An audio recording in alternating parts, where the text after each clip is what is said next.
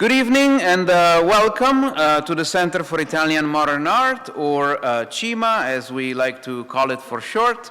My name is Nicola Lucchi. I am the director here at CIMA, and I am very happy to have you all here tonight for this first event of our fall season, although technically we are still in the summer by some 27 hours, as it starts tomorrow at 9:03 p.m., as I recently discovered on Google, and therefore we will call this our fall preview event. For those of you who have never been here and don't know us, CIMA is a research and exhibition center established by Italian art historian, curator and collector Laura Mattioli in 2013. Our mission is to spread knowledge and foster dialogue around modern and contemporary Italian art in the United States and internationally. We do so through museum-quality exhibitions that we organize once or twice a year, depending on the size and scope of the exhibition, public events, such as this one, publications, and an international fellowship program. Our exhibitions are meant to be stepping stones for conversations, for research, for conferences that involve our research fellows, as well as scholars and curators from major museums and universities around the world, in the hopes to consider and reconsider the presence and legacy of Italian modern art in a broader context of global modernism and global contemporary art. Our next exhibition, of which I can show you just a slide here, which will open in just a few days on October 6th, will be dedicated to Italian artist, author, children's books author, illustrator, designer, and graphic designer Bruno Munari. From the list of his titles and professions, I think you can gather the fact that he was a polymath and truly a wonderful person to get to know more. And the exhibition, however, will focus particularly on his work for children and on these very special avant-garde books, basically, that he took from the field of his experience in futurism and really the idea of the art book, and translated into a language for children, thinking, for instance, of the idea of how to a child a book can be an illegible book, like a book without any word is just as valuable as an experience as a book with words. There is something to be said about turning pages, about opening flaps, about playing with holes in the page, about colors, about the tactility of a page made of paper and one made of felt. So all of these things come into play in these beautiful objects. And if you are interested, or if you have children, grandchildren, nephews, nieces, this will be the exhibition for the fall in New York. So please come back to visit us after October 6th. For all the information related to that, you can go on our website.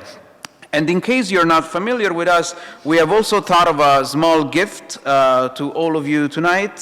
So on your way out, you are welcome to leave with a bag that includes 4 of our recent past catalogs, which will give you a good sense of the kind of work that we present here.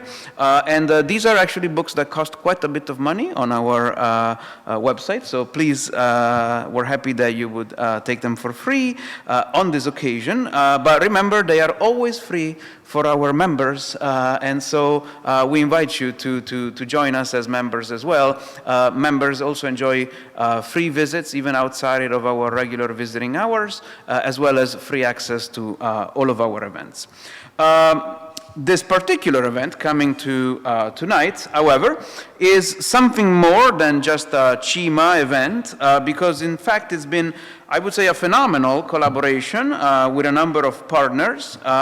It was born in the context of the centennial anniversary celebrations for Sciascia's birth, which are organized by a committee which is headed by Italian Senator Emma Bonino, whom I thank for her service in this important role. And I also want to thank the Istituto Italiano di Cultura here in New York and its director, Professor Finotti, for involving us in this program in the first place. And the event tonight would not have been possible without the real engines of enthusiasm and activity that animate the Associazione Amici di Leonardo Sciascia, Francesco Izzo, whom I want to thank for all the coordination that went into preparing this day today and really all these New York celebrations that we are having for Sciascia in these days, and Valerio Capozzo, president of the Associazione Amici di Sciascia, Teresa Fiore, who has kindly agreed to be here with us tonight.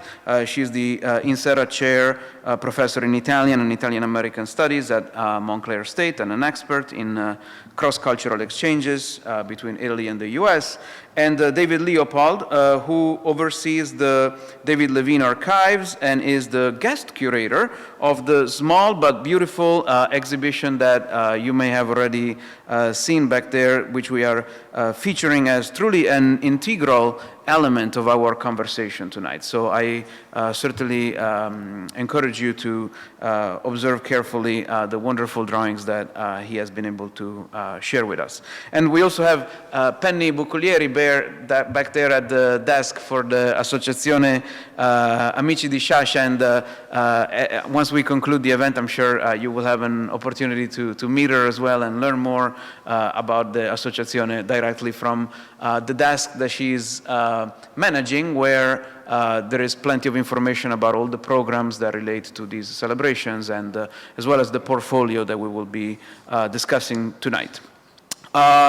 Just want to also add that public programming at CIMA this season is made possible with the support of Tiro a Segno Foundation, and we are very grateful for their investment in fostering Italian culture in New York.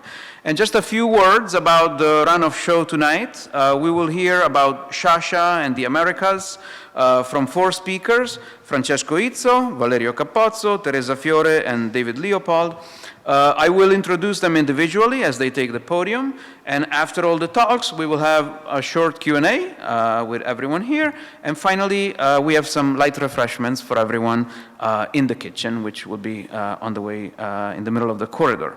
Like I said, at the back of this main gallery, you find the exquisite exhibition of original drawings by David Levine that relate to other important writers, directors, and public intellectuals that had a connection with Sciascia, and just like Sciascia's own portrait in black appeared on the pages of the New York Review of Books.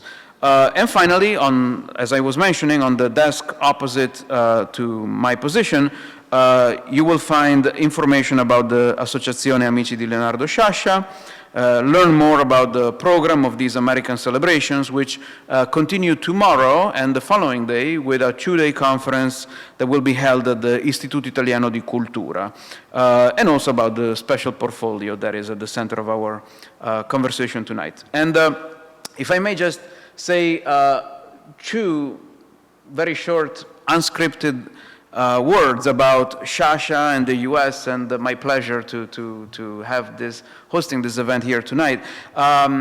In one of my previous incarnations, I was a teacher of Italian literature and language at CUNY.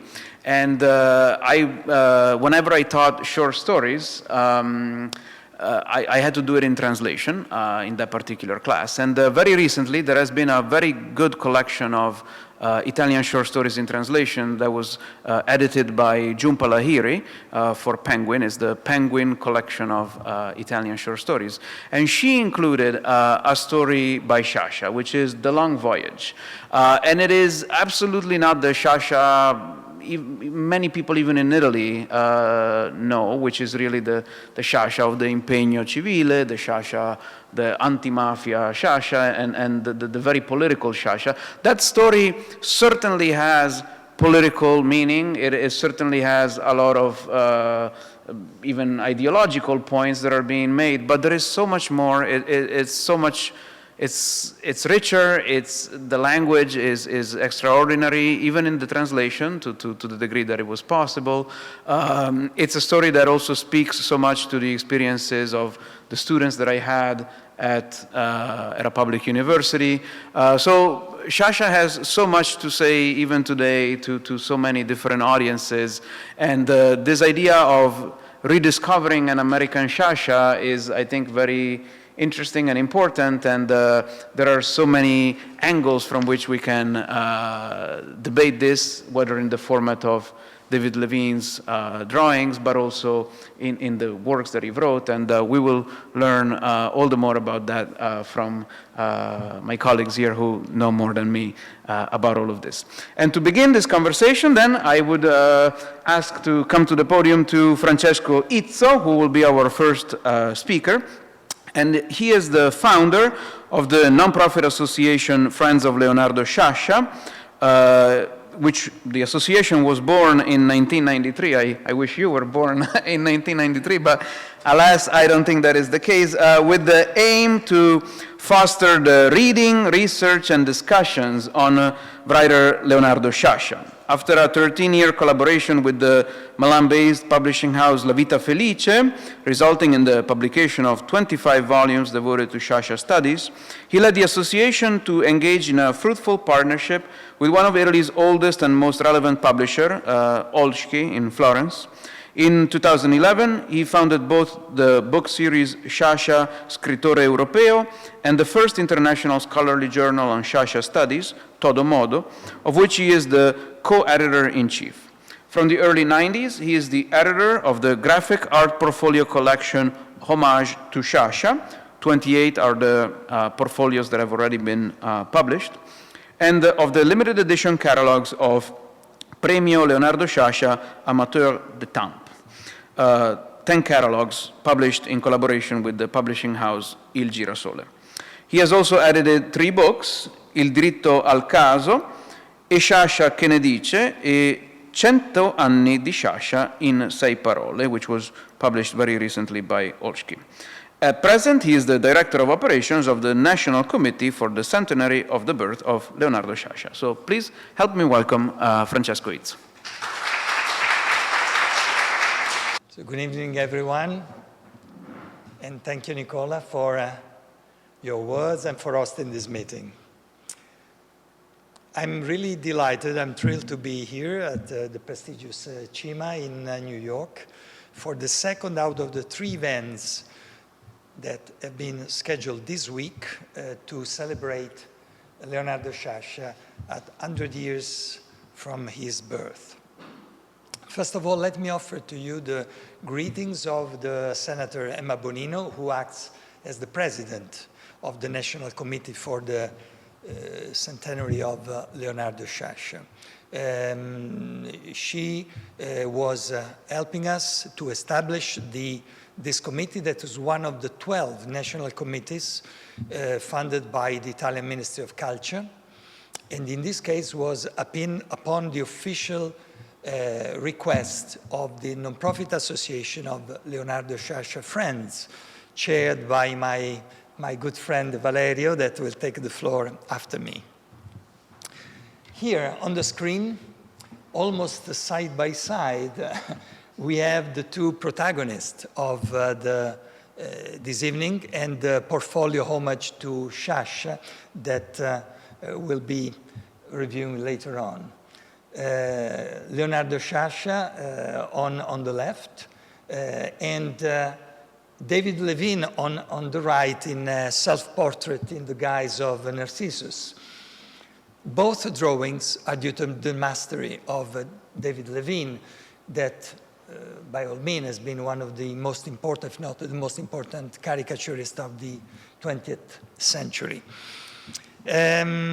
For the purpose of my presentation, I have decided not to look at the facet of literature, because this is not my area, so it will be certainly Valerio and Teresa that will dwell upon this part, and clearly not the David Levine, because my good friend David Leopold will be looking at this side. I will try to focus on a lesser known side of this writer, and is a way to introduce this to the American public. But I would add that this is not necessarily known to the Italian public as well. I'm referring to what Sciascia calls himself, I am an amateur d'estampe. This is a French expression that has a specific meaning. Is somebody that is fond of arts, but is not necessarily a professional or a collector. Sciascia said that he liked to be surrounded by prints, and he added that prints were a comfort to life. More, he said, they represent the joy when other joy fail. He also added an important part.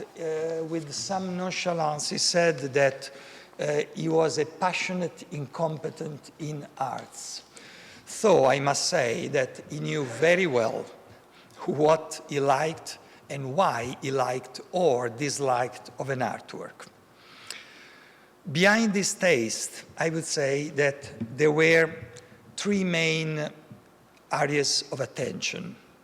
First one, he loved etchings, one of the old master printmaking techniques. Second of all, he had, so to say, a soft spot for French artists. Just a few names: Henri Fontaine-Latour, Odilon Redon. We have the Belgian Félicien Rops, or Paul César Hellé, the author of the ceiling decoration in Grand Central Terminal. Also, he turned his amateurish attention to a specific period of art history. A period of art history where, that in the words of art historian Roberto Longhi, arts are much more under the sign of printmakers than painters. He loved the period between 1880 and 1930, characterized by the succession movements like surrealism, romanticism, etc. So he had very clear ideas of what was the main driver of his passion.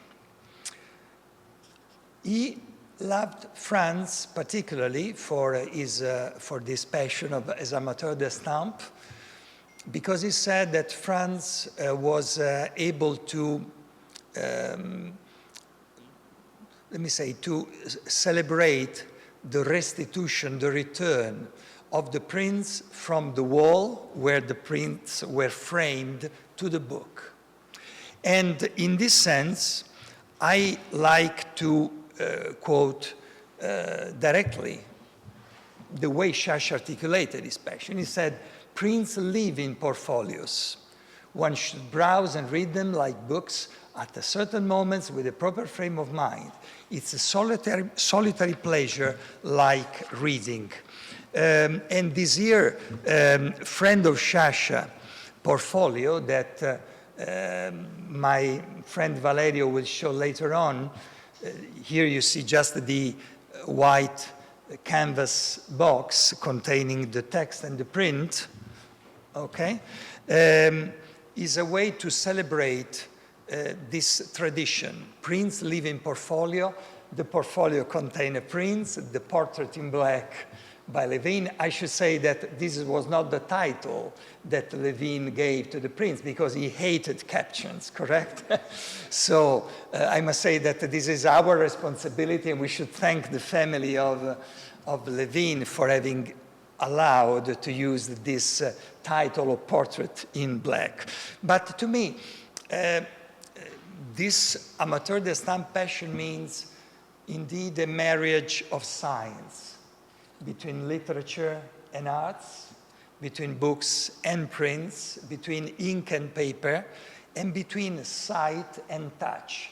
Because Sciascia loved to touch prints. He said that prints should be not only watched, but should be touched. And we know that paper has a perfume, so we're really what would be called, I presume also in English, a synesthetic enjoyment of an object. All Sciascia works celebrates this passion that I'm referring to. I have here two examples that to me would be interesting for this evening. This is a autograph letter from Sciascia to an antiquarian bookseller in Italy, Prandi. He was a customer of this bookseller, and he was writing in 86 a letter. I will translate just a little part in English for you. Sciascia says, I came to your bookstore for the first time in 1957 on my way back from Switzerland, from Lugano, where I had been awarded the prize Libera Stampa, free press, 2,000 Swiss francs, less than half of which I spent to purchase one lithograph by Toulouse-Lautrec, one etching by Goya, one book of Lorca's poems adorned with original prints. And he adds, so little at that time they cost, whereas today they are rare and very expensive. Very informed opinion as an amateur d'estampe. I would add another clue to give you the taste of this passion. And it's interesting because it talks about the way Sciascia conceived the books. He said that he was conceiving the books dressed, not naked. What did he mean by that? He was usually recommending publishers the image to be used in the cover, because the image should serve as a threshold to enter the work. And they were not a decorative goal. He was recommending etching, particularly, not only etching, but etching prints in general that were able to capture the gist, the quintessence of the story or the essays he was telling. And I give you here 3 examples. One is from the Czech printmaker, Indrik Pilicek. The print you see here there is an etching aquatint entitled Mirrors, and you see that the mirror that reflects the city, and is an image taken from Stendhal that said that the novel is a walking mirror that captures what's going on in the life. The title of this book is Nero su Nero, Black on Black. It comes back, the color black of David Levine drawing that has been used for having a lithograph. The second example is a woodcut by Swiss artist Félix Vallotton, 1893, entitled The Laziness, La Paresse, and is a collection of essays of Sciascia. Both books have never been translated in English, so if there is any publisher in the room tonight, this is a good invitation to do your part. But definitely they represent one of the areas that says why we are here this week. We would like to steer your attention to show the excitement that could have a reader of Sciascia. This is a beautiful collection of essays, and it's an image that tells about this love that Sciascia had for prints. Last but not least, this is what I would call the testament book of Sciascia, the Night and Death. Night, Death, and Devil is the famous world-famous copper engraving by Albrecht Dürer, the German artist, that Sciascia wanted for this book that was published by his good friend Roberto Calasso in Adelphi. And by the way, I would encourage you to appreciate how Levine was realizing a beautiful portrait of Calasso. Such a passion for art is woven into Sciascia novels and essays where artworks and artist names are common. And this offers me the opportunity to shift the attention from Europe and European printmakers to US. And US is important for Sciascia, and the America that Valerio is investigating now with his research team is unveiling a lot of surprises. I would like now to offer you an example of this quotation that Sciascia had in his books, and I will now refer to a book that was published in 1974 with a Spanish title, TODOMODO, translated 3 years later here in New York by Harper & Row, by Adrian Falk, with the title One Way or Another, that my good friend Joe Farrell would have possibly to argue something about as a title. The title of the books of Sciascia represent an area of interest per se. But let's go now to the point. The protagonist of the book is a famous painter, narrator, artist, and is watching at a certain point of the book, from a distance, a group of Italy's politicians and industrialists who gathered in a very special retreat house run by what I would call a very peculiar priest, Don Gaetano. The painter, narrator, artist says, they were all in the lobby as if they had been stowed there in groups that looked like scrolls for a tangential continuity established between one group or another, meandered on, linking them all. It resembled a Steinberg drawing. Winding my way among the scrolls, I learned that the public prosecutor had already begun his interrogation in Don Gaetano's study. The page after, the narrator artist goes on and says, I pulled out my little notebook and in it I sketched a la Steinberg the squad of supplicants. Now, Sciascia is talking here clearly, without shadows of doubt, about one of the greatest draftsmen of the last century. American, but also an American imbued with Italian culture. Saul Steinberg, a New Yorker as well. The scroll, or squiggle, is the graphic representation of a complicated, tangled power relations of connivances that bind all the characters of the novel. And the sketch that is quoted here, the sketch of the prayerful squad that the painter is looking at, bears a striking resemblance to one of the recurring squiggles that Steinberg drew in the New Yorker.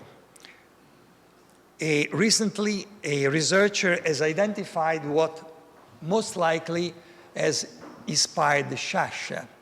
And here is a drawing by Steinberg, published in New Yorker in November '63.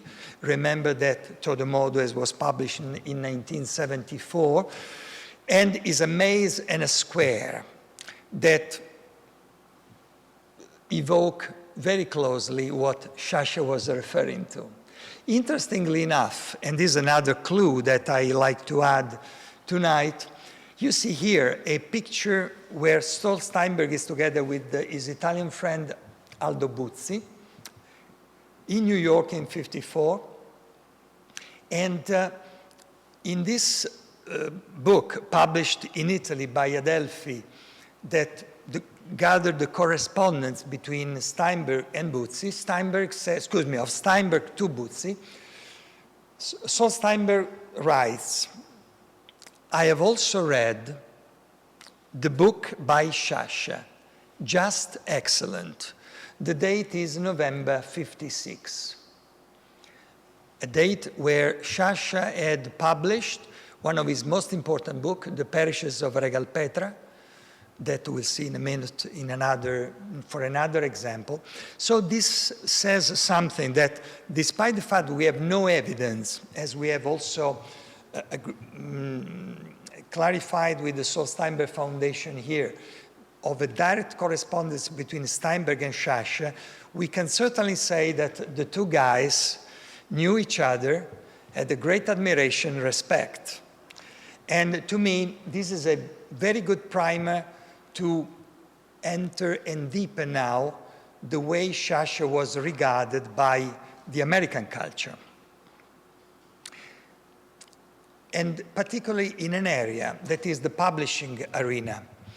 It is not easy to find today Sciascia books if you go on just on the web or in a bookstore. As I said to David before starting the presentation, if you love Sciascia, say that you will have to, to have a very good amount of money to purchase maybe some of his editions, original editions. This is a way to say that we need to retranslate Sciascia and to make him available, accessible to non-Italian readers. But the treatment he received in America was absolutely extraordinary. There were graphic artists that were innovators, that were entrusted with the task of realizing the jackets of his books. And I like to give you here two examples and two names. First one is Seymour Quest. Second is John Alcorn, whose arts, whose lives were intertwined with one of the most celebrated design studio in New York, the Pushpin Studios. Was a really hotbed of talents, established in 1954, with the people such as Milton Glaser, Edward Sorel, absolutely superb. And they were commissioned, this is an example, to realize the dust jacket, in this case of Seymour Quest, of the parishes of Regal Petra and the Death of the Inquisitor. They were translated by Judith Green in this edition, again printed in New York by the Orion Press in 1969. The second example I like to pick up is another book that I will come back later. This is Dust Jacket by John Alcorn.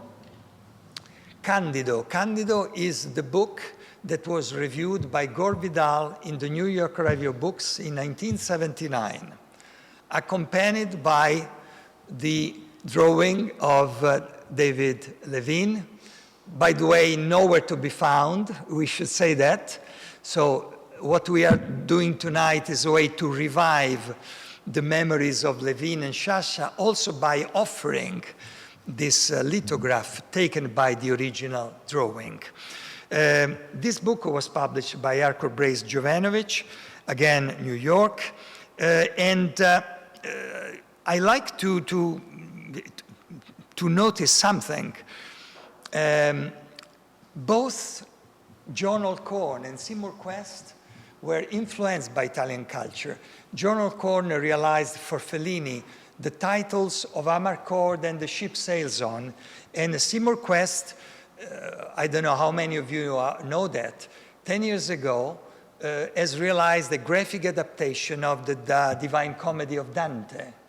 And this has been translated into Italian, that I found it interesting to see Dante that is done in American and then retranslated into Italian by Seymour Quest here in Italy by Quadlibet, another publishing house.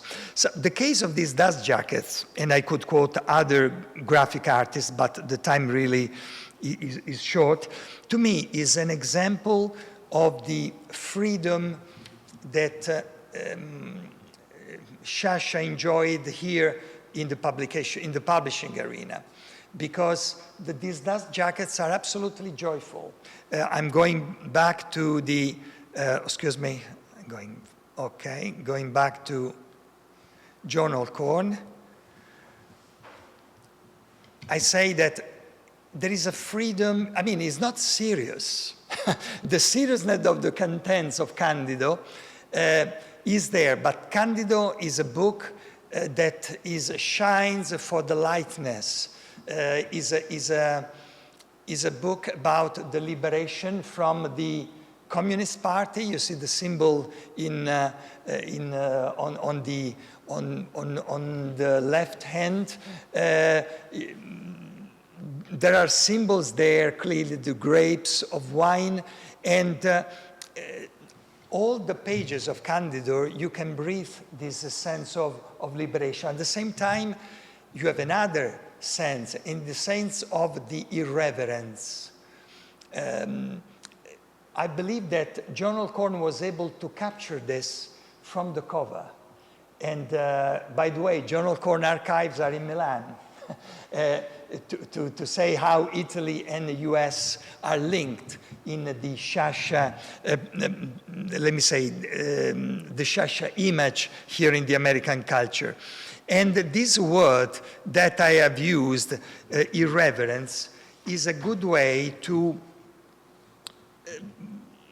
move to a distinctive trait of Sciascia personality. Sciascia is regarded as an heretical writer. Like Levine, he was mistrusting establishment, mistrusting power. He said that power is an alliance between bad faith and stupidity. And in this respect, I think that the caricaturists that in Italy were looking at Sciascia, and that Sciascia loved, by the way, were interpreting at the best this sense of freedom and irreverence. Here you see Staino, a cartoonist in Italy, that made an allegory of the Italian Republic that calls for help Sciascia to break the influence of the judicial order, the church. You see also an old guard mafia on the back and other dark forces. Or in this cartoon, one of the most important Italian cartoonists, Giorgio Forattini, shows a Sciascia in the guise of a French philosopher Voltaire on a pedestal, where his region, Sicily, is erecting a monument to him. And in the back, you see our President of the Republic, Sergio Mattarella, that says with pride, "I am Sicilian too."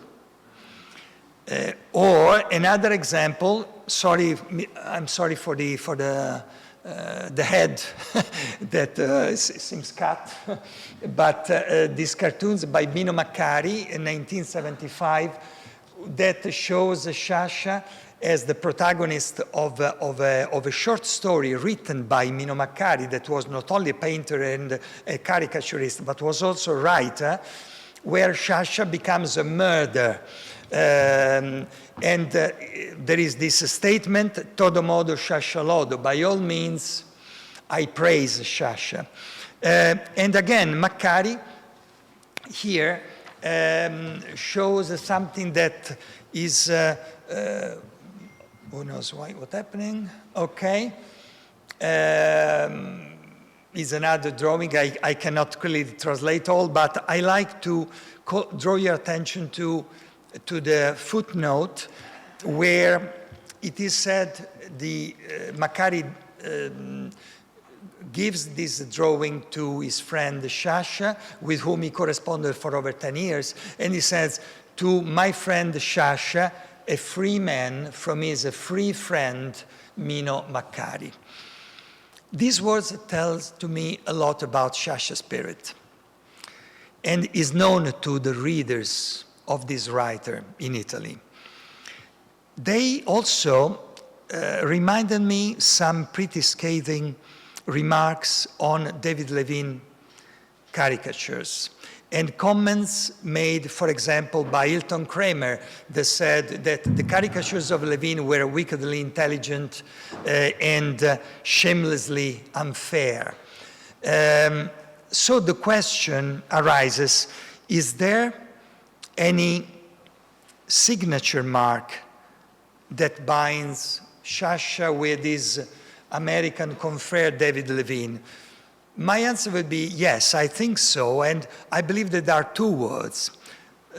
that I've used. One is a freedom, and the other is irreverence. They are really the common thread between these two chaps, if I can call them like this. And here we have, not in portrait, but in a photograph, both Sciascia and Levine. And in bullet points, as I draw to a conclusion, lucky for you, my time is almost up. I give you here, in bullet points, what I would regard what the common thread is. I believe that, first of all, they never took themselves too seriously. That, to me, is a great quality. Second, they were people that were very sensitive in their job, in their activity. So the graphic formula of Levine, when he did portraits, I hope that David will agree or will tell me whether he disagrees, was,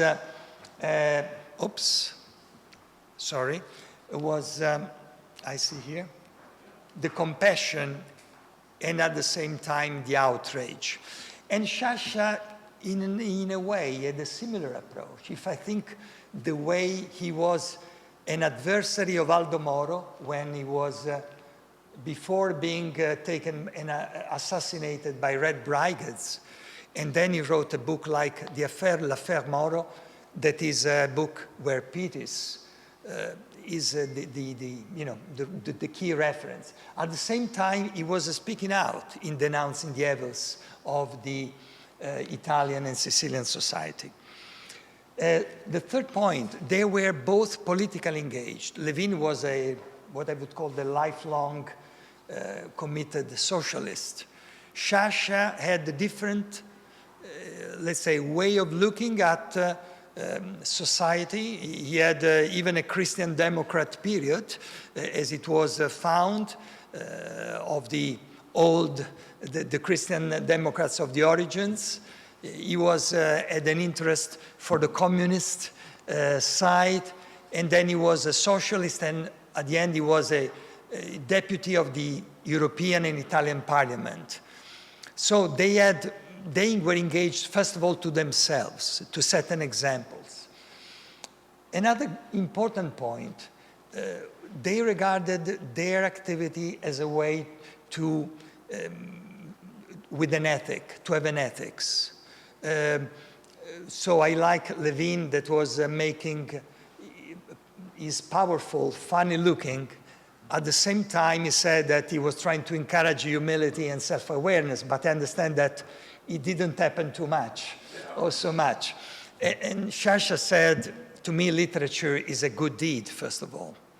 So it was a way to interpret their job. They were using sign to tell people what they see, so the visual metaphor, Sciascia had the Sicily as a metaphor. Last but not least, the translation. They were two translators of what they saw in portraits. Sciascia with the writings, Levine with images that were really essays in ink and pencil. To me, and this is really the very last part, a very last slide, they were two storytellers and two remarkable satirical writers. Here I picked up two statements. Levine says, I would say that political satire saved the nation, this nation, US, from going to hell. Sciascia in 1980, receiving the prize for political satire, a prize usually assigned to cartoonists.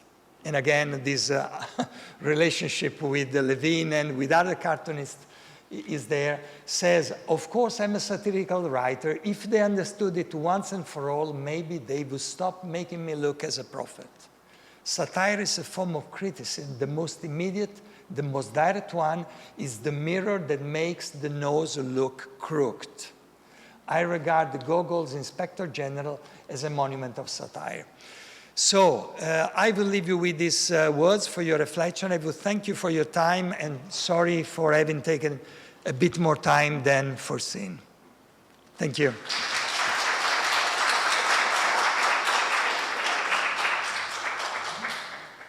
Thank you so much for these interesting observations and way to think about even the covers of the books in such an insightful way.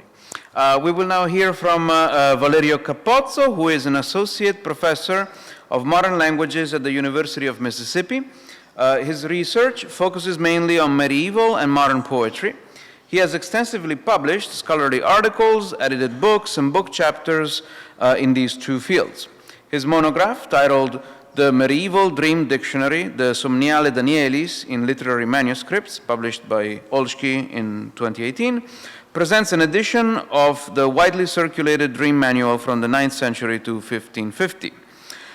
He's also a co-author with Jacques Dalarun and Sean Field of A Female Apostle in Medieval Italy, The Life of Clare of Rimini, which is now in press for University of Pennsylvania Press.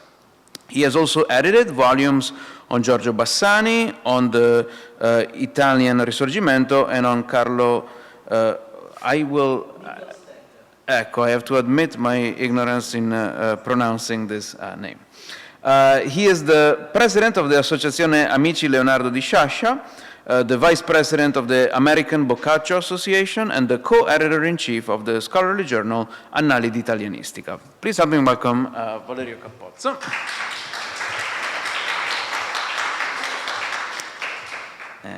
Thank you very much. Thank you very much, Nicola. Thank you very much, Francesco Izzo, for these insightful presentations that I think was a perfect introduction to all the American mission that we have, and to understand how arts can be, and is actually, are a dialogue that sometimes is not expressed with words, obviously, probably images and poetry or music or prose or whatever it is. And I'm very happy, and I thank the CIMA, as we say in Italian, and especially, obviously, Nicola, because I met Nicola in 2001 when I was editing a volume on I linguaggi della poesia, so the different languages of poetry through narrative, through music and painting. So actually, your presentation was perfect to our project back in 2021. So we are very happy to be here in the United States for many reasons. First of all, because we are looking for the reception of Sciascia out of the borders. And the Associazione Amici di Leonardo Sciascia in the last years worked a lot to follow the message of the writer that comes from a little Sicily, right? The little islands of Sicily that is spreading the message all over the world. And so the book series of which Francesco founded in 2011, so Sciascia Scrittore Europeo, that means Sciascia that expresses the values of European culture. We published books, thanks to Olszki, Sciascia in Germany, Sciascia in the Middle East, Sciascia in Yugoslavia and Switzerland. And now we're working on the reception in France and reception in the United States. Really, from Sicily, he could come and cross all the borders that we can imagine. This is a dialogue, this is art, this is literature. And so I think now it's time as readers to wonder where we stand for and what we are doing and how we can open our mind to see how from a little southern Italy we can reach the world. The last volume that was published is thanks to Joseph Farrell that we presented yesterday at the Rizzoli bookstore. It's Leonardo Sciascia, The Man and the Writer. So rather than a geographical analysis, Joseph Farrell came in the inner and deeper analysis of the writer and the man to see how the two parts of a human being can put in dialogue their need to express this situation in the society, for example. So Sciascia and United States. Sciascia's father, so Pasquale Sciascia, used to live in the United States. Where? Here in New York City, working in a laundromat and joining the army during the First World War. Then in 1919, he decided to come back to Racalmuto, where Leonardo Sciascia was born in 1921. So just for 2 years, Sciascia is not American. And Sciascia, remembering his father, was saying, but he never talked about it, so America. For him, America was the unacceptable and the unspeakable. Back in Rakalmut, he wanted to forget everything, as if that period had never existed. And as you perfectly know, silence is really the energy for every artist to react and to add words, colors, notes, or whatever art is, to express that silence and the need of the word. I just found, for example, this interesting document where Pasquale Sciascia was a recruit for the army here in New York, for example. So as you can see, our research, and slowly I will introduce that, on Sciascia in the United States, are unveiling overlooked documents and correspondence with American intellectuals. So, America when the rise of fascism was through literature from the 30s, when Mondadori, publishing house in Milan, was the most important at the time in Italy, was translating, for example, Faulkner, Hemingway, Caldwell, Saroyan, Dos Passos.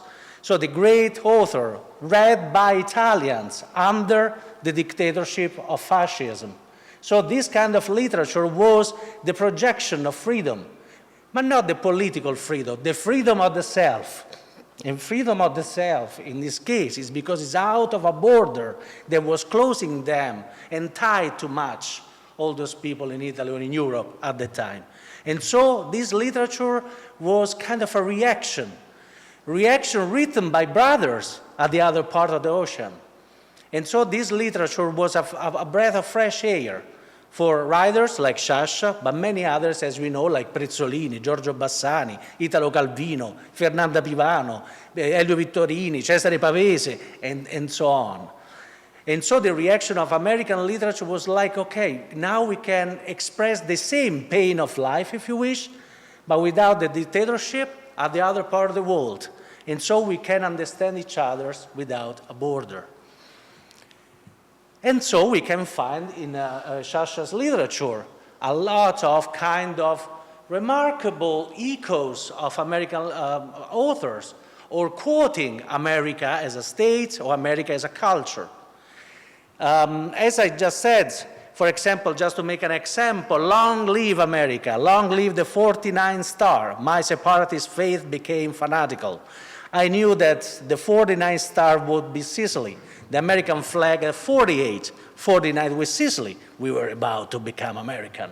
We are in 1943 when the Allies came to Sicily, right, to liberate Sicily from Italy from fascism, and Sciascia realized that 3 people on 4 were Sicilians, the emigrants years before.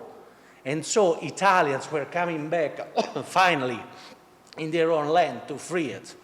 That's the point of a dialogue. Dictatorship free by brothers that left before. So it's a circle of human beings that is helping each other. This is a message that I think Levine, in this case, and Sciascia were keeping. Knowing or not knowing that, referring to the war or liberation doesn't matter, but referring to a human being and the necessity of a dialogue, like tonight we are doing, for example, right? Or we will do the next days, thanks to all the American mission, I like to call it. So we were saying about a wonderful book that you can see there in Penny's desk, Leonardo Sciascia, The Man and the Rider, with the introduction of Giuseppe Tornatore, that you perfectly know thanks to many movies that you watch, I guess, like Cinema Paradiso. And this book, obviously, you can find some remarkable ideas and similarities with American literature and American culture. It's not only about that. We are working on a volume on that, but still is a great inspiration to understand not just the man and the rider, not just Sciascia, but a man, I would like to say, a rider in the second half of 20th century Italy, Europe, the world, after the Second World War, what they were experiencing. So I think it's a book that can give us the context of people at that time, and not only around Sciascia. Sciascia is the protagonist, obviously, but that means much more. Sciascia and the United States, once again, reading Faulkner, Hemingway, and so on. But then trying in 1945, when he was Leonardo, not Sciascia, I mean, just a kid, in a way, trying and making a translation of Walt Whitman poem. As you can see, the translation is not, as Joseph Farrell said in his books, actually, you said, you analyzed the kind of translation. There's a rewrite, as you said, of the poem. So catching what Whitman was saying and transforming in his own thought. And this is an operation that means to be conscious about the language, English in this case, and that means obviously to be very sensitive to poetry, and once again to transform a dialogue in a different language, from English to Italian. But still the dialogue, as Whitman, I'm sorry, as Whitman does in his own poem. So actually this is a great operation that in 1945, so very early, Sciascia did. One step ahead on American culture, besides reviewing many American novels for Italian newspapers when he was young, is an interview to laureate poet Alan Tate in 1954. Sciascia interviewed him asking 10 questions, and the last one is on the brotherhood between Americans and Italians. And Alan Tate answered, yes, we are relatives. We are together in the exploration of the traditions, so roots, and the side of future. And so the progressive life that we are trying to live together. So we had to realize, Alan Tate concludes, we had to realize that we are brother. And that was very important in 1954. After the Second World War, Cold War, Vietnam is coming, and the 68, and all the things that we perfectly know about the second half of the 20th century. Then, same year, Alan Tate will help Sciascia, that was at that time editor-in-chief of the scholarly journal Galleria, published in Caltanissetta, to make the first volume entirely dedicated to American culture. And so, for example, we have Fernanda Pivano, The Dream of America, and then we have, for example, Vittorini talking about the theater, other about cinema, other about poetry, other about the aesthetic of American art. And this is a great approach to that culture that is so far away at that time without an airplane. You see what I mean? And so trying to understand what Americans were doing, thanks to the guidance of Alan Tate helping Sciascia, when Sciascia was still Leonardo, in a way.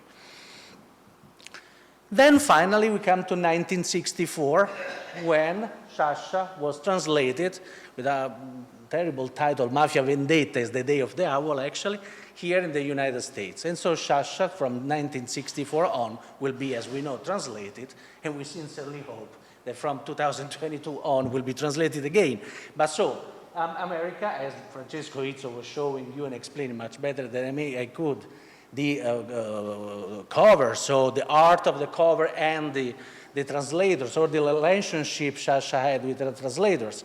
And so it was really well written, and many book reviews were published on the New York Times, on the Washington Post, on the Nation, and other important newspapers or things in the United States. I think New York has to be very happy to have a man like Midgang, Herbert Midgang, that was an editor of the New York Times, the one that actually asked Sciascia to write on the New York Times and was the first to review books by Sciascia in the United States. And they had a very strong relationship. The project Sciascia, the North American, which Salvatore Pappalardo and Giulia Pellizzato that are here today, and thank you very much for joining us, especially because tomorrow and after tomorrow you have to be part of the colloquium, so welcome in New York. We are working, trying to unveil of the overlooked documents. And you know, dialogues are difficult to find sometimes to hear, but if you go there, you can see how many letters, overlooked letters we are finding between American intellectuals and Sciascia. How many book reviews, how many articles on Sciascia in the years from 60s on here in the United States. And Herbert Midgang was the one that opened the door to the Sicilian writer here in the States. And so, for example, those are two kind of first articles, so we are in 1964 and 1973, by Herbert Midgang on the New York Times. And please notice that Metaphysical Mysteries, for example, is the way in which Midgang was intending Sciascia's writing.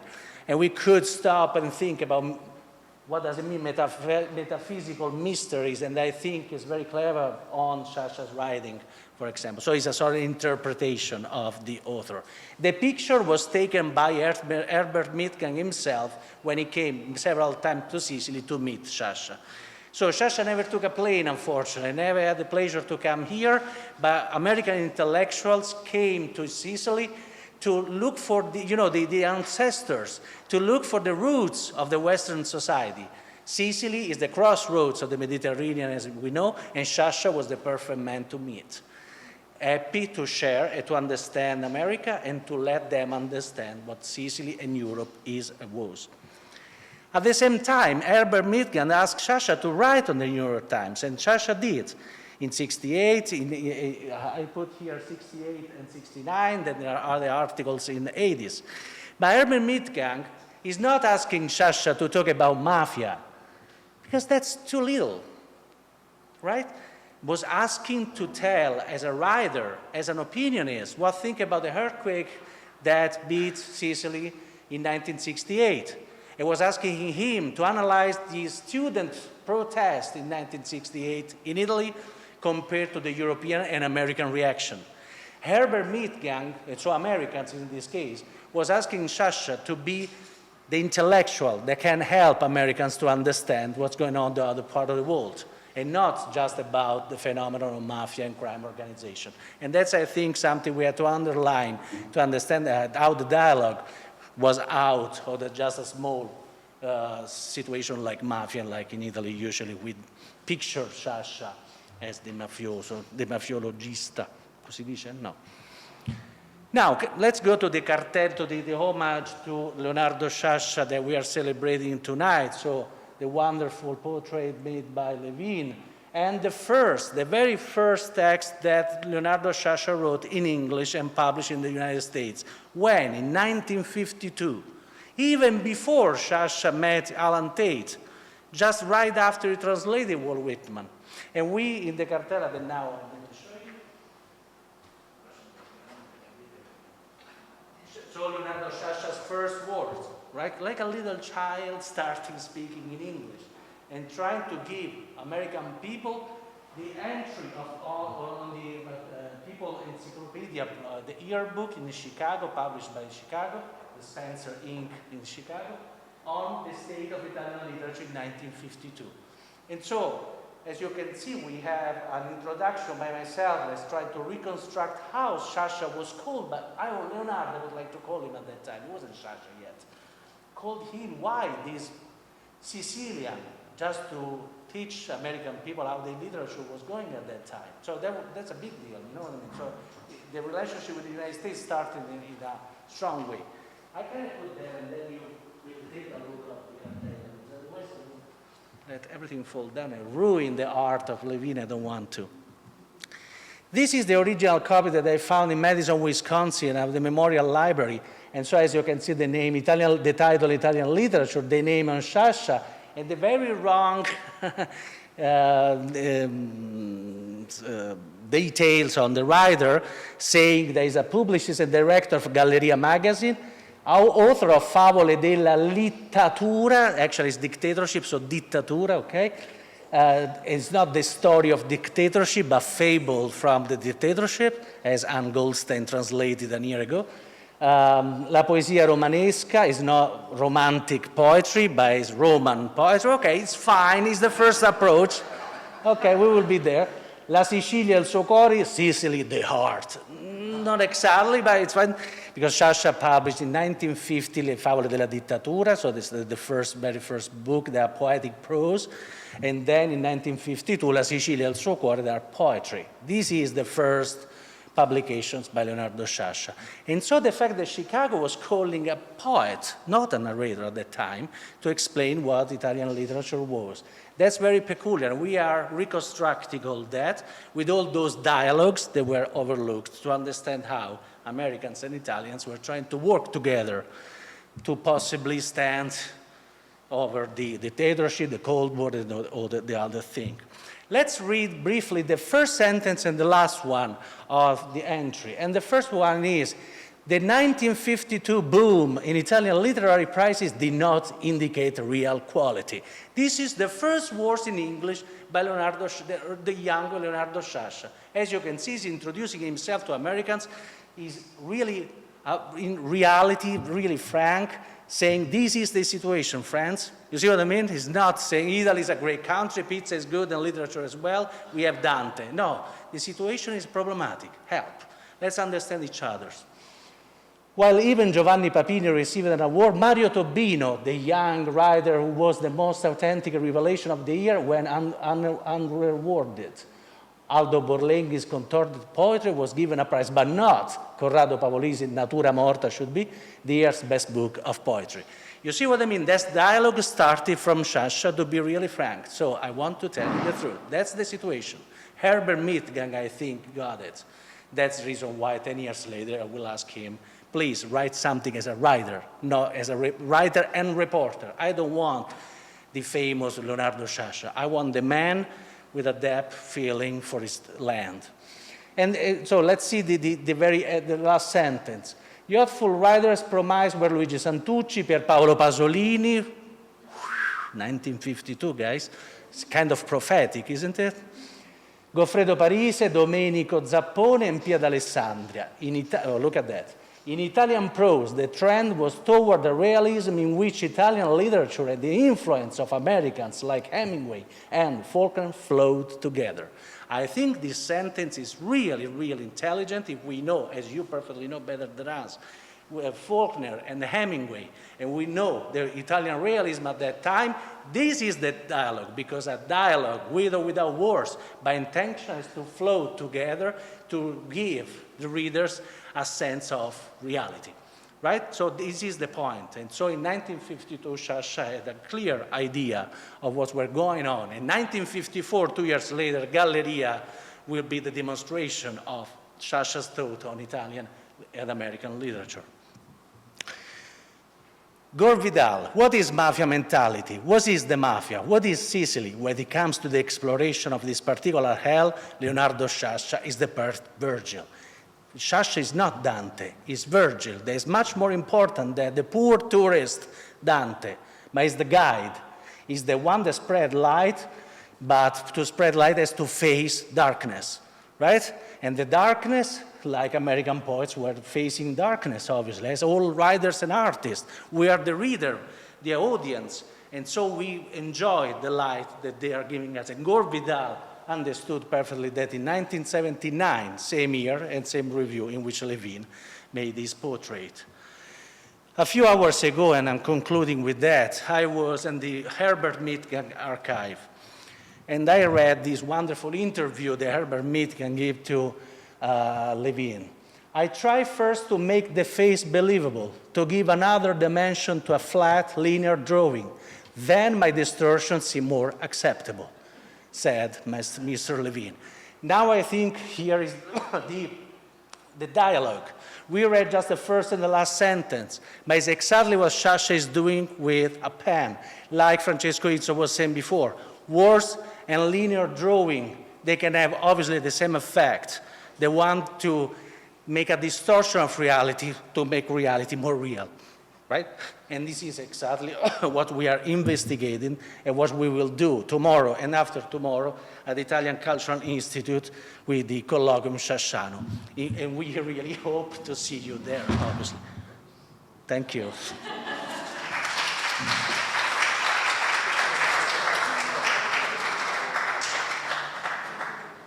Thank you so much, Valerio, also for the archival research that you have brought into the presentation. And I now would like to call upon Teresa Fiore, who is the Inserra Chair in Italian and Italian-American Studies at Montclair State University.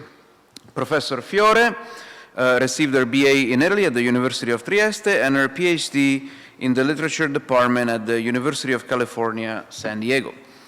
The recipient of several fellowships, She has been visiting assistant professor at Harvard University in 2007, NYU 2008, and Rutgers University 2009. And am I mistaken, also Yale University last year? Indeed. Between 2011 and 2017, she has been a visiting fellow at the Center for European and Mediterranean Studies at NYU. As of fall 2017, she is member of the Seminar in Modern Italian Studies at Columbia University. Fiore is the author of Preoccupied Spaces, Remapping Italy's Transnational Migrations and Colonial Legacies, published by Fordham University Press. And her essays on issues of Italian migrations, space, and identity have appeared in Italian, English, and Spanish, both in journals such as Annali di Italianistica, Diaspora, Bollettino di Italianistica, Zibaldone, El Hilo della Fabula, and edited books such as the MLA volume Teaching Italian American Literature, Film, and Popular Culture, the Cultures of Italian Migration, Diverse Trajectories and Discrete Perspectives, Postcolonial Italy, Challenging National Homogeneity. Please help me welcome Teresa Fiore.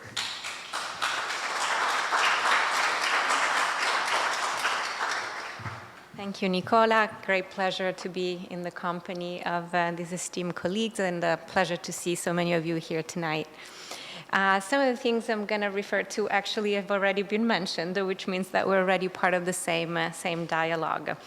And I guess I would like to preface this by saying that I realized I grew up actually just a few kilometers away from Sciascia and La Noce, this wonderful countryside simple villa where he was living. So for me, Sciascia has always been, along with Pirandello, as you can imagine, part of what we studied even when we were young, part of what we addressed as part of the regular cultural milieu that we experienced. In a famous interview with Marcel Padovani, included in Sicily as a Metaphor, published in 1979, Sciascia stated, and I'm quoting, "Like war, the calamity that hit Racalmuto in the past, and unlike war, continues to hit the village, is emigration." End of quote.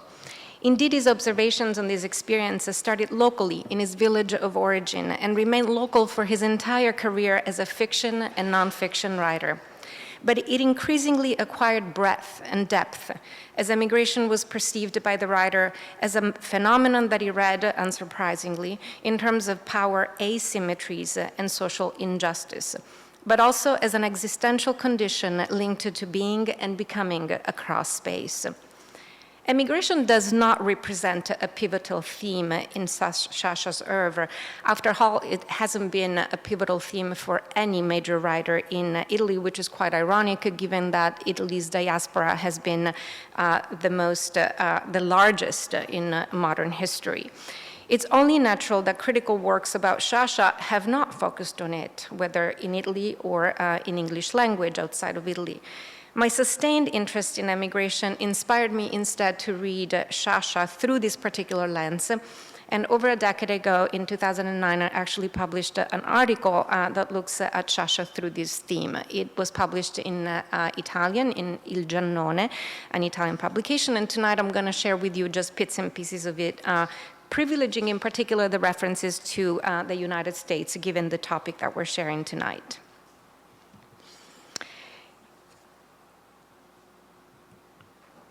In Sciascia, emigration is like a rhizome, to use the famous expression by Deleuze and Guattari, a continuously growing horizontal underground stem which puts out lateral shoots. In his works, it develops into sub-narratives, hybrid language solutions, anecdotal stories, and incisive marginal comments in some of his works, in particular Salt in the Wound, one of the weird titles, right? Le parrocchie di Regalpetra, Candido, or A Dream Dreamt in Sicily, and as I mentioned before, Sicily as a Metaphor.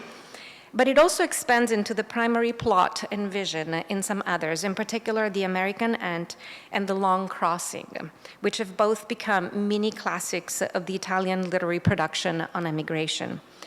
In these works, emigration is a way to read Sicily and Italy by extension, considering the material context of emigration, its cultural roots, and the implications for those who leave as well as those who stay. Although Sciascia never ventured to tell the story on the other side of the ocean, I'm thinking maybe because he never came himself, as if America always remained an untouchable other space, more of a horizon than an actual place. In registering the reasons for departing, he uses tones that vary from the grotesque to the dramatic and comic. In the process, he remains a subtle essayist, claiming the function of literature to investigate the truth, to denounce exploitation, and as an antidote to amnesia. In this sense, the works I will briefly illustrate today allow for the discovery of a lesser-known Sciascia, the writer of emigration, and simultaneously for the encounter with the familiar Sciascia, the writer that we all know, the chronicler of faits divers, the reader of his time along historical lines, the designer of conclusions that are so absurdly real that they come across as unrealistic, and finally, the ludic and empathetic interpreter of people and situations. Throughout, Sciascia gives voice to the emigration experience, which in Italy traditionally lies between the omitted and the partially revealed, due to shame and paucity of information in some cases, and in between conditions. And this is actually what happened to Sciascia himself, as we just heard from Vittorio.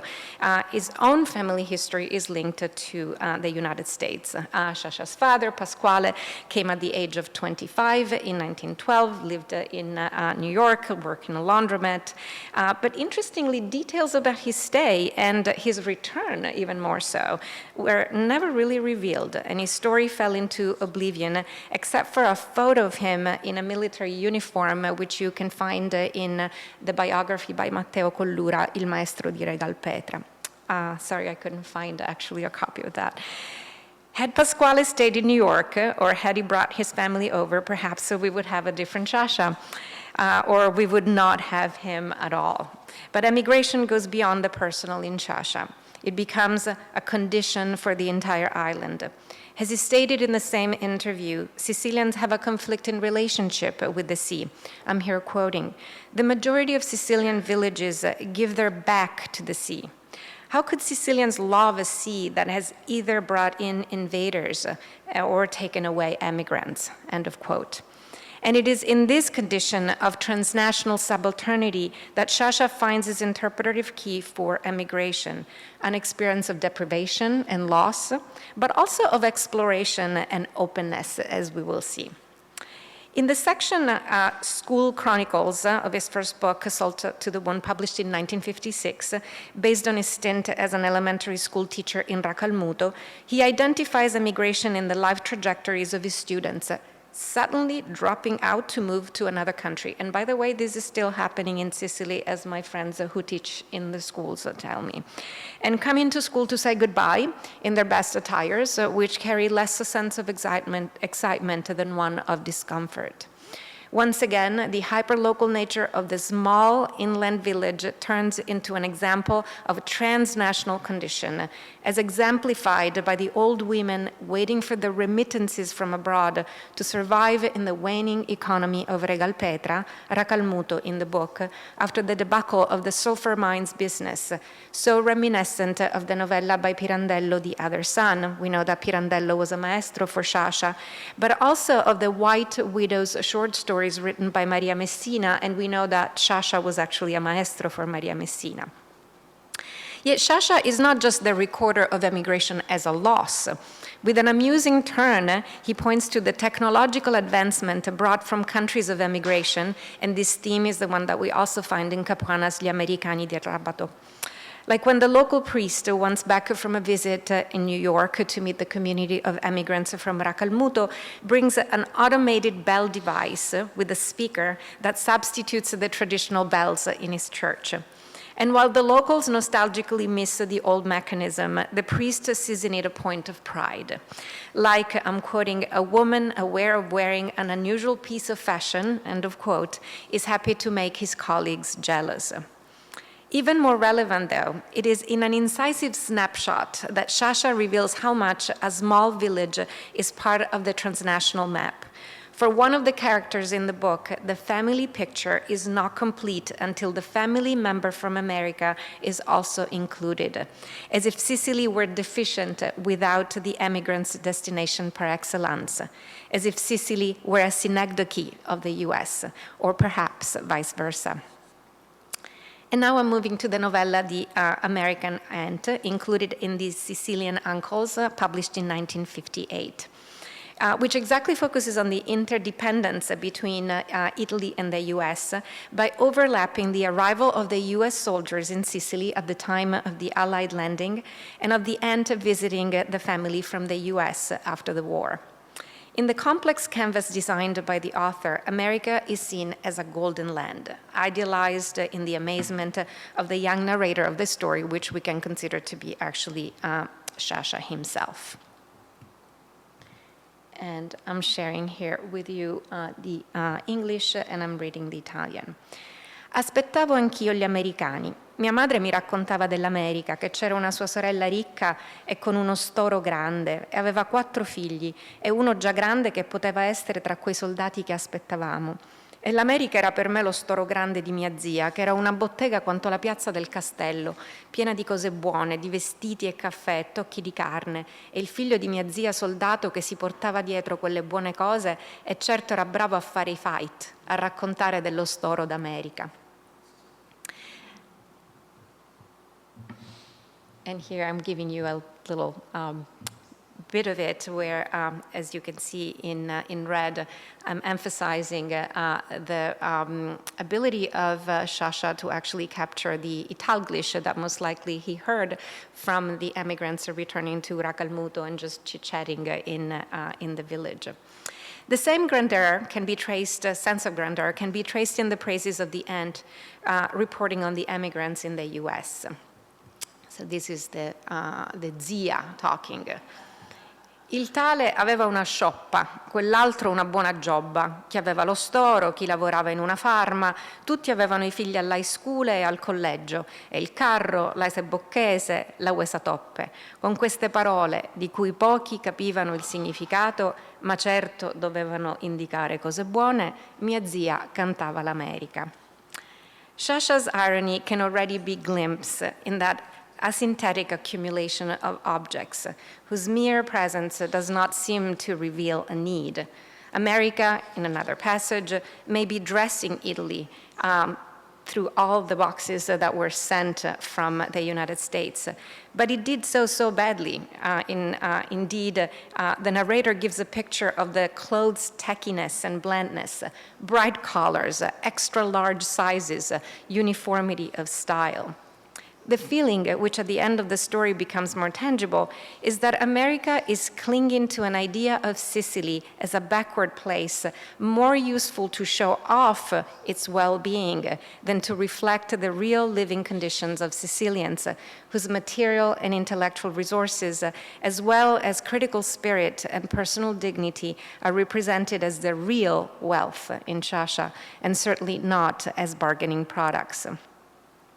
America here also appears as an ambiguous and critical weight on the scale of international affairs at the end of World War II, as Sicily is the stage of the complex intersection of the fascist legacy, the communist power rise, and the role of the church and the mafia, all sociopolitical aspects that Sciascia assigns to different family members to highlight the intensity of the conflict as much as the performative and shifting nature of alliances. Within this framework, America is both past and future for Sicily, a personal and institutional myth and goal.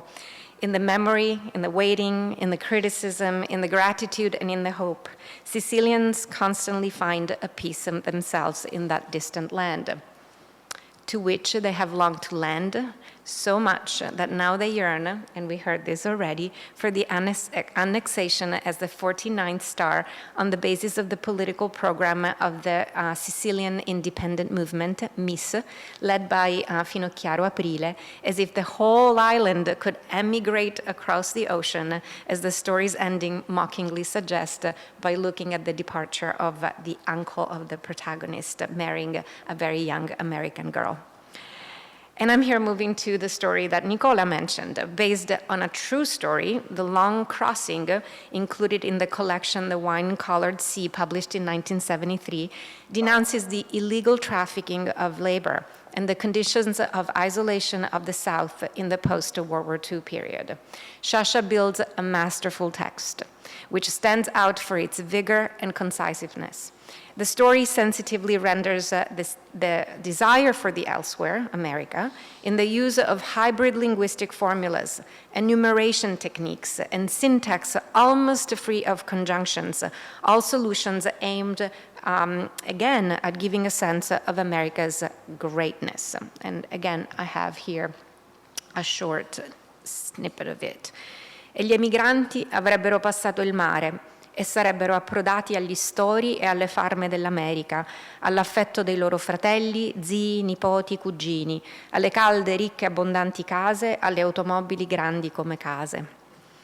The less fortunate protagonists of the story are Sicilians from the hinterland who have never seen the sea and who, having sold all their belongings to try their luck far away and stitch their money inside their clothes, rely on Mr. Melfa, a skilled human trafficker.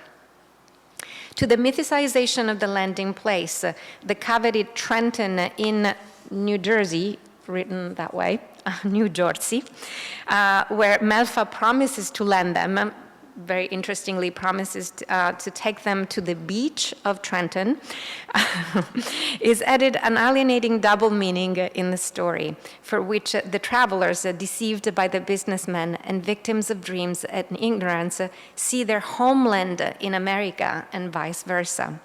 Only in the final epiphanic moment of dazzling intensity do two of them realize that, and I'm quoting, there was no hurry to bring the news to others that they had landed in Sicily after 11 days of long journey in the Mediterranean Sea. And I'm sorry I'm spoiling the short story for you, but it's really important to talk about the human trafficking involved in all of this. The Long Crossing denounces the criminal paths of emigration with a strong sense of empathy for the deceived. In a television interview that appeared in the Rai series Storie dell'Emigrazione, directed by Alessandro Blasetti, Sciascia states that in those years, shortly after the economic boom in Italy, cases of this trafficking, illicit and bogus, as you have seen, were not rare, and even ended in the drowning of passengers thrown overboard to protect the traffickers. This little-known story, which Sciascia learned through a lawyer friend of his who was assigned to defend the smuggler, and I actually had the pleasure of meeting a third friend that traveled in the car with the lawyer and Sciascia going to court to actually defend this trafficker. And so it was really a chat in a car that inspired Sciascia to write this marvelous short story. Renders the image of a Mediterranean cemetery tragically recognizable today with the deaths of migrants who tried to reach Sicily, the gateway to their European America. Cleverly built on anticipations and on the alternation of mystification and demystification, The Long Crossing relies on a curdled language, una lingua cagliata. It's a term that he uses in the opening, actually, of this short story, as Sciascia himself would say, which effectively conveys the real and metaphorical burden of these people excluded from the world which sees them as a burden. Elsewhere, Sciascia potently described other forms of exploitation experienced by emigrants as workers abroad, often forced to live in vitro, in conditions of deprivation, of cultural hibernation and isolation, victims of what the writer does not hesitate to call, and I'm here quoting, a sort of modern slavery, voluntary, necessary, and apparently unavoidable, end of quote. what a topical statement, right, for today's world. This said, America takes up on a whole new meaning in Candido, or A Dream Dreamt in Sicily, published in 1977, where it is configured, albeit with critical modulations, as a synonym for emancipation from the weight of the past. Born on the day of the Allied landing in Sicily, it comes back again at this critical moment, Candido embodies the hoped-for palingenesis. From the Sciascian optimist point of view of this phase, his arrival is a moment of historical cultural rupture that this new figure will express in his delicate but incisive criticism of religious power, politics, and family, claiming instead the freedom of love, pleasure, books, and small trades. The flight of Candido's mother to the US with a Sicilian-American officer reinforces this movement of abandonment of tradition, while the encounters with people open to change seals Candido's escape from home, an almost natural act in a constantly depopulated place like Sicily, where, I don't know if you're familiar with this expression, but in Sicilian we say "cunesci arrinesci," those who leave actually make it. Interestingly, and perhaps not too surprisingly, Candido's America will be Paris in the end, the cradle of the Enlightenment Sciascia himself pursued always. Emigration in this phase becomes an existential experience, an adventure, and a form of inquiry. Here, for the first time, leaving one's place of origin is a choice in the direction of happiness. In conclusion, such varied modulations and articulations of the issue of immigration towards the US in Sciascia's vision and writings can be channeled and summarized into his iconic statement, "Sicily as a metaphor of the world," by way of adaptation. In this brief video, Sciascia himself explains the meaning of this brilliant intuition. And I'll let him speak for himself. And I have translated,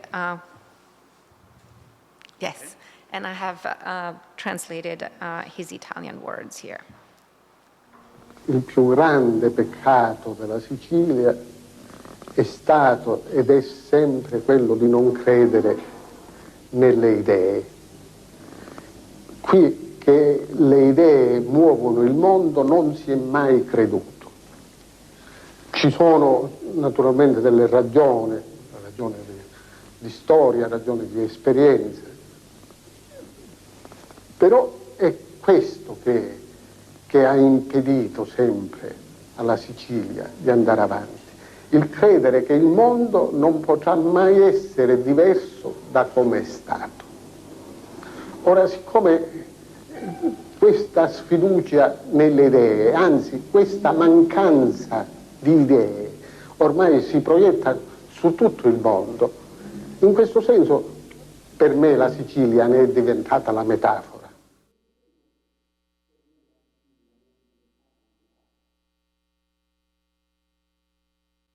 Context of this presentation, I would venture to say that Sicily has become the metaphor of a world in motion in ways that Sciascia could not predict. An island of departure for emigrants yesterday as well as today, an arrival for immigrants encapsulating one of the most topical phenomena of our contemporary world, and as such a potential laboratory for change and dynamic responses that Sciascia's Candido would appreciate.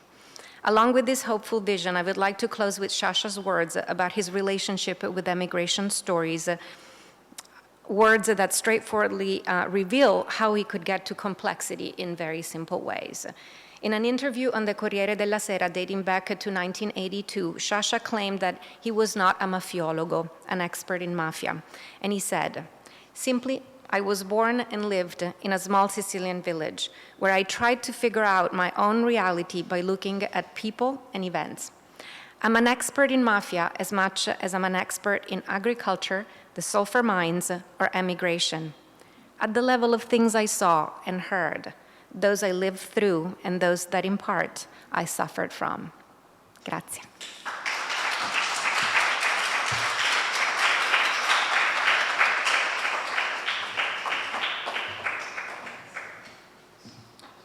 Thank you so much, Teresa. And last but not least, before we head to our refreshments and to enjoy the small exhibition of which he is the curator, I want to introduce David Leopold, who is an author and curator who has organized exhibitions for institutions around the country, including the Library of Congress, the New York Public Library for the Performing Arts, the Norman Rockwell Museum at Stockbridge, the James A. Michener Art Museum, and the Field Museum in Chicago.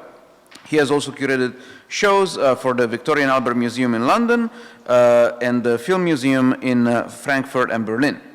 He has begun to organize the David Levine Archive at the artist's request in 2005 and continues to maintain it for the Levine family.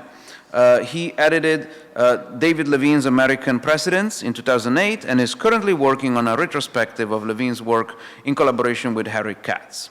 Leopold organized the archive also of Al Hirschfeld's work for the artist and is now the creative director for the Al Hirschfeld Foundation, where he co-hosts the Hirschfeld Century podcast.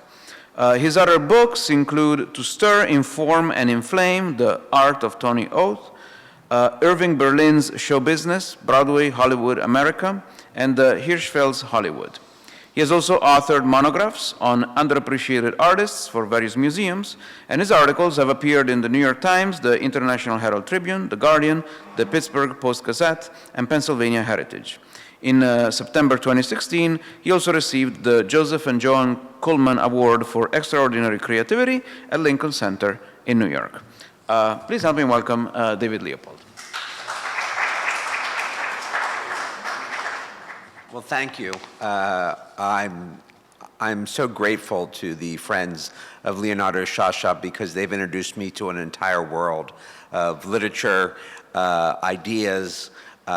This place, CIMA, I did not know about it, and the wonderful people that work with the Friends and this whole centennial celebration, particularly Francesco Izzo, who has been my main contact, a good friend and someone who I've enjoyed hearing from, writing to, and having phone calls with. So this is the first night we've actually met in person. So it's been a great night for me already. Everybody else has talked about Sciascia. I'm not going to talk about Sciascia. So if this is what you came for, you can go now. The food's excellent, I'm sure. I'm going to talk to you about David Levine. Through 50 years and thousands of drawings, paintings, and sketches, Levine depicted the intellectual legacy of generations in his weekly caricatures for the New York Review of Books and other noteworthy journals, where he led a realist revolt in American art and an international revolution in caricature. Art News declared that in his paintings, Levine, quote, always showed himself adept at a kind of searching, ambitious realism that transcends any sense of the shop-worn or the academic, unquote. Jules Pfeiffer considers Levine the 20th century's best caricaturist, while graphic design icon Milton Glaser, from Pushpin Studios actually, declared him, quote, better than Daumier.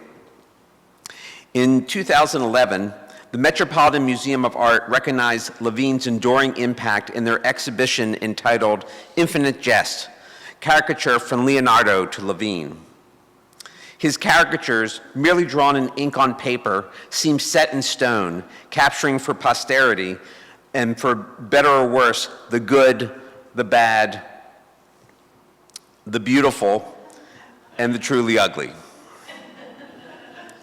At a time when truth seems incredibly subjective, his legacy of perceptive humanism and satiric humor is more important now than it ever has been before.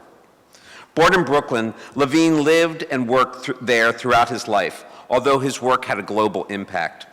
He grew up in a household steeped in immigrant culture and progressive politics. His parents, a garment worker and a nurse, were Russian leftists who instilled in him respect for ordinary citizens and a skeptical view toward the leaders.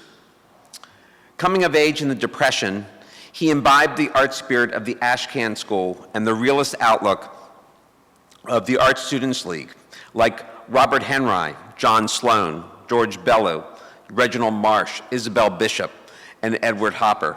He never lost his fascination with the real world, the people and places he experienced every day. The borough became his muse, inspiring timeless, penetrating art. His paintings of Brooklyn garment workers and Coney Island bathers portrayed the life of the people around him, lending beauty, dignity, and grace to the blended populace.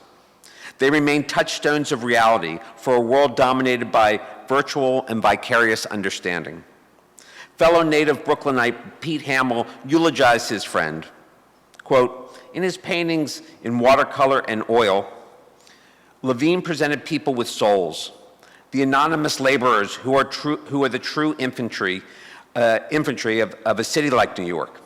In their best days, not long ago, they worked in sweatshops through frigid winters and played most passionately in the summer sweat and sand of Coney Island.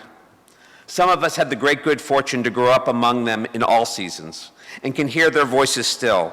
The mixture of abrupt accented English and Italian, Sicilian, Polish, and Yiddish formed an oral collage. It helped place us firmly in the glorious Republic of Brooklyn, where the most important four-letter word was free, and the second was work, unquote. Levine aligned himself with the social realists and the canon of past masters who made figurative art and human condition their primary focus.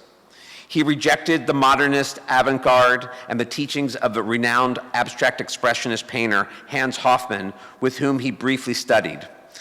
Quote, I found what he talked about had absolutely no meaning for me, nor was I willing to give up my abilities as a draftsman and the joys it brought me, unquote.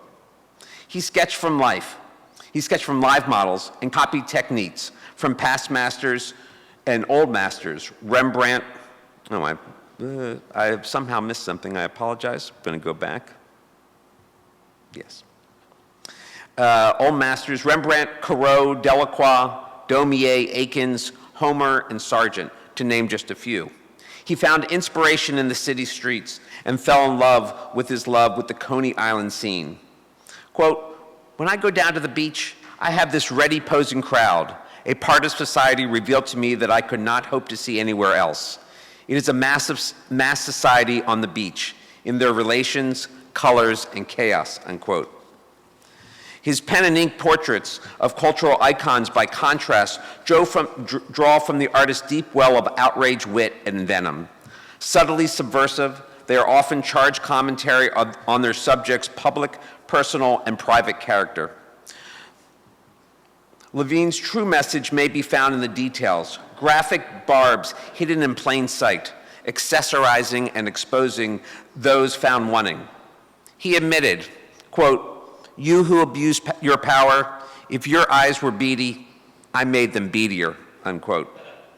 His work was not only witty, but serious, not only biting, but deeply informed, an artful in a painterly sense as well as a literate one. Especially in his political work, his portraits betrayed the mind of an artist concerned. Worldly images were those of, worldly concerned and about the world in which he lived.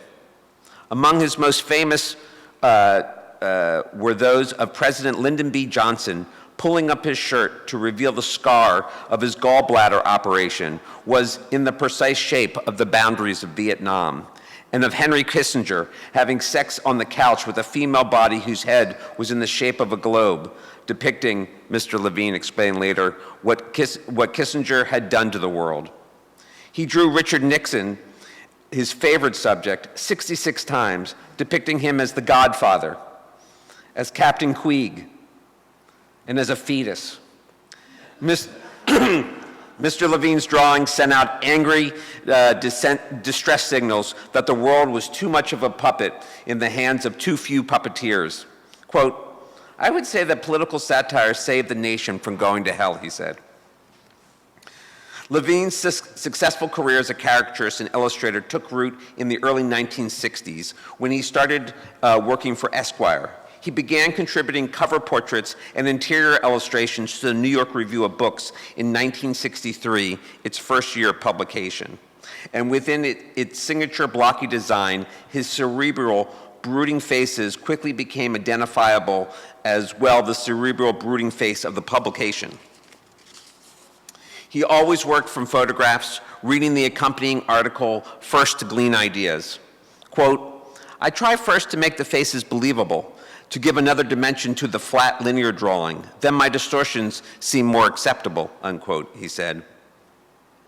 From 1963 until 2007, after Mr. Levine received a diagnosis of macular degeneration and his vision deteriorated enough to affect his drawing, he contributed more than 3,800 drawings to the New York Review of Books. Over the years, he did 1,000 or so more for Esquire, almost 100 for Time, including a number of covers, one of which for the 1967 Man of the Year issue depicting President Johnson as a raging and despairing King Lear. And strangely enough, at the same time, in the same week, at the other big news weekly, Newsweek, he had another cover, so they both came out the same week. He did dozens for The New Yorker, The New York Times, The Washington Post, Rolling Stone, and other publications. His innovative and inventive body of work comprises a history of America during the last half of the 20th century. Future generations will consult Levine's art for insight into our culture, the heroes and villains depicted in his caricatures, and his sensitive renderings of ordinary people transcending ordinary lives. Levine elevated caricature as he, quote, lowered the pedestal for fine art, producing works displaying great technical facility, profound wit, wisdom, and integrity. As the world turns more digital and abstract, artists grounded in their place and time become oracles, recording the astounding changes overtaking our communities. Levine's art slices through time as if it were butter, clarifying our shared experiences and common humanity. Many critics have tended to separate Levine's art from his caricature, as if they came from a different mind. But there was just one David Levine. The caricatures, while commissioned, display extraordinary artistry and independence. They are the artist's public face, while his private vision finds its fullest expression in his paintings and sketches. Levine's artworks are presented in private collections in fine museums throughout the United States and in Europe. They include the Metropolitan Museum of Art, the Library of Congress, the National Portrait Gallery, the Hirshhorn Museum, Pierpont Morgan Library, and many others. Toward the end of his 83 years, Levine's eyesight began to fade rapidly. He lost his ability to see the model, to draw those beautifully cross-hatched caricatures for the New York Review of Books, to spend summer days painting the bathers of Coney Island. Quote, I always knew I was a degenerate, he said. I just didn't know it was macular, unquote. He still came to the painting class every Wednesday that he had started 4 decades earlier with his friend, the fellow painter Aaron Schickler, and sat among the artists talking about Degas, Sargent, and Daumier. After giving a precise critique, he always offered encouragement. Keep playing, he said. Thank you.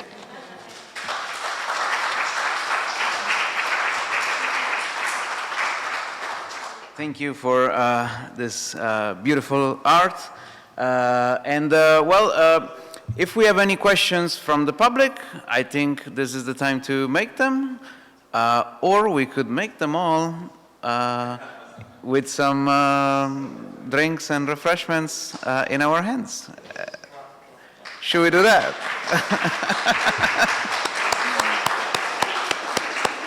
Excellent. So please enjoy the exhibition, enjoy the material from the Associazione Amici di Sciascia. Thank you for coming, and please enjoy the refreshments.